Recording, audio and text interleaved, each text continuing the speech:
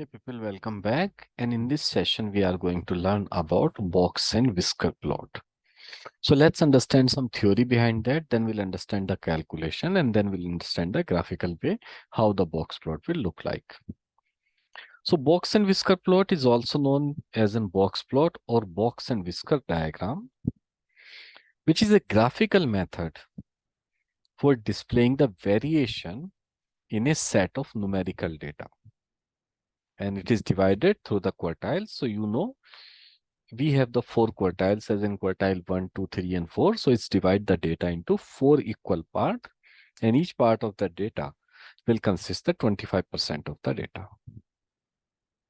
The plot consists of a box that represent the middle 50% of the data with a line inside the box indicating the median value. So basically this is dividing your data into 2 parts as in center value, and the measure of central tendency in the box plot will be the median value.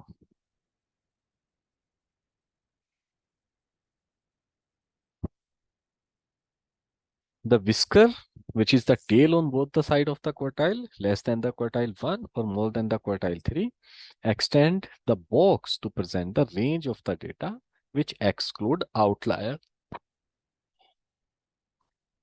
Outlier may be plotted as an individual dots that are in line with the whisker. So basically any value which is outside the whisker, greater than upper whisker or less than the lower whisker, is your outlier. I'll tell you how to identify the outlier statistically in the calculation. Box plot allows the comparison of the data from the different category for the more effective decision making, where I will be taking that example of this data where you have the writing score or any score of your process and you have the multiple groups. So how we compare the data of the multiple groups together and see the variation, which example we'll be taking. Box plot should be used when there are multiple data set, like as here I have the 4 groups in this data set, group A, B, C, D, and you have the data. Sources that are related to each other in some way. So these data sets are independent or depending on each other, or they are related to each other or not, we'll be learning soon. Example, which I will be taking like as test score between the school and the classroom. So by viewing the box plot, you can determine the key values such as average, median, or the lower quartile, or the quartile 1, which is the 25th percentile. If there is any outlier, what are their values are, if the data is symmetrical or not, how tightly the data is grouped, and if the data is skewed or not. All these things, all these information we can easily get from the box plot. To interpret the box and whisker plot, you need to understand the different component what they represent. So here let's understand the step-by-step guide. What are the things that we see in the box and whisker plot?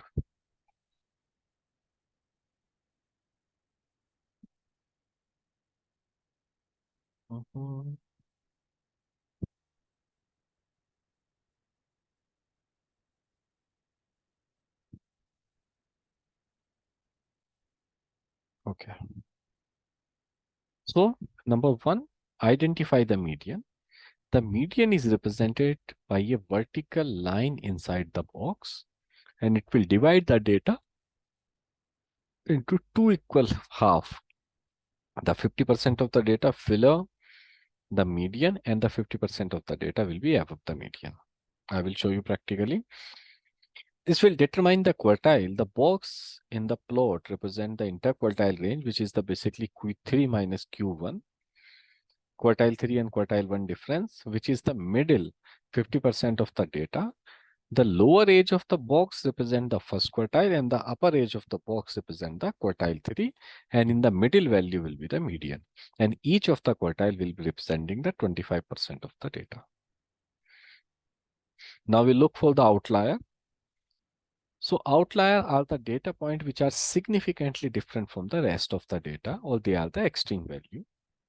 They are plotted as an individual dots outside the whisker, either below the lower whisker or above the upper whisker. So outlier can provide valuable insight into the data and should be considered when interpreting the plot. By examining these components, you should gain several insights from the box and whisker plot. And what can be the insight? It will tell you about the spread of the data. So the length of the whisker indicates the range of the data. Long whiskers suggest the greater spread, while the shorter whiskers suggest a narrower range. You will see the skewness. If the whiskers are not symmetrical, it suggests data is skewed. If the longer whisker on one side indicate a skew in the direction. Central tendency. The median represents the central tendency or central value of the data, which is the 50%.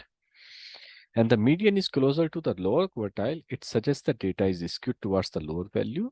And if it is closer to the upper quartile, it suggests skewness towards the higher value. Comparison by box and whisker plot used for comparing the multiple data sets by placing the multiple plots side by side, and where you can easily compare the quartiles, median, and the range of the different data sets. Now remember, the interpreting the box and whisker plot require considering the context of the data and understanding that specific characteristics of the data being analyzed. So let's plot a box plot. Suppose first let's understand this data and understand the structure of your box plot. I selected this. Simply go to the insert, go to the recommended chart, you go to the all chart and select box and whisker plot. And like this, you will get it.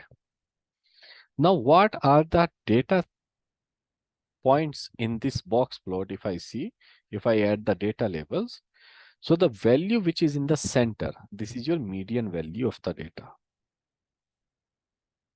The number 58 here, this represents the quartile 1. The number 79 represents the quartile 3.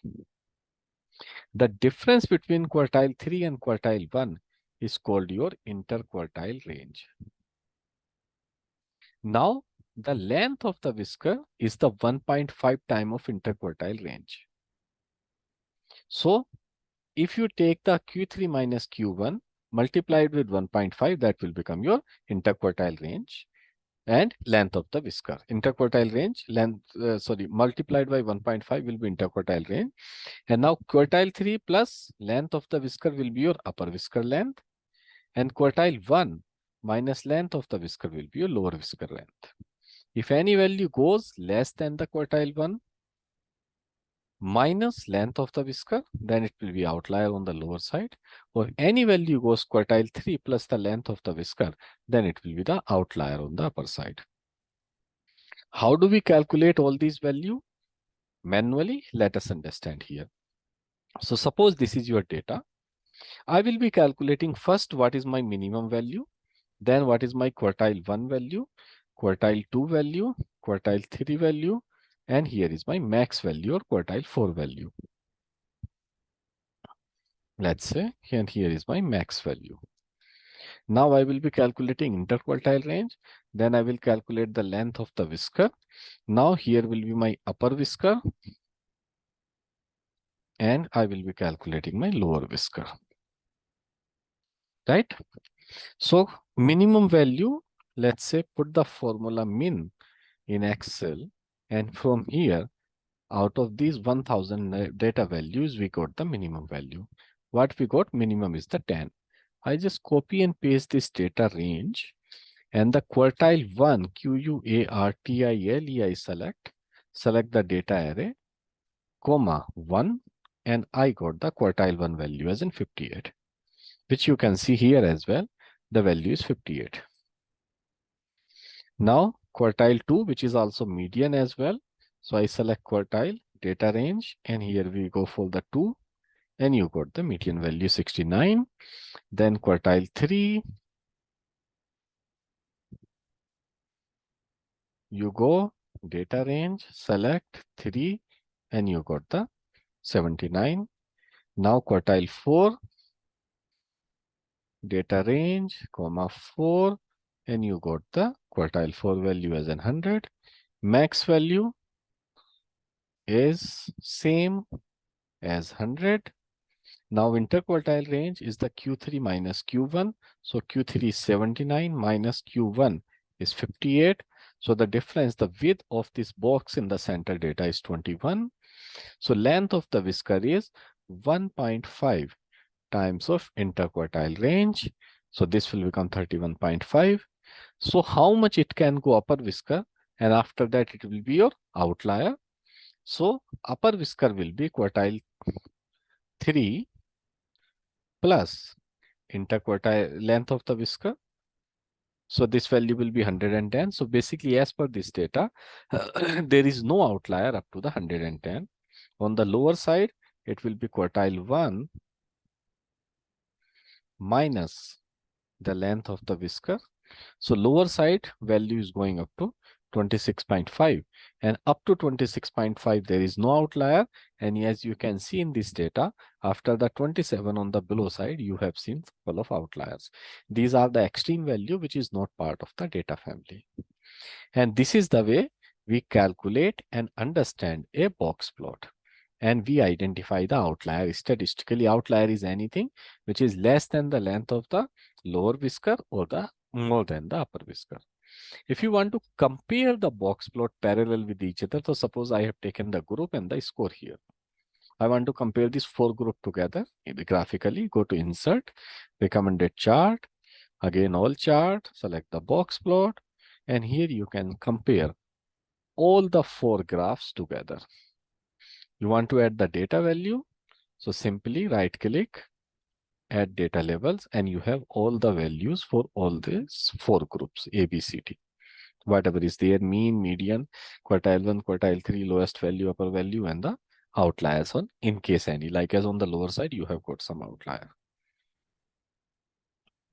The same data, if you want to compare in the mini tab as well.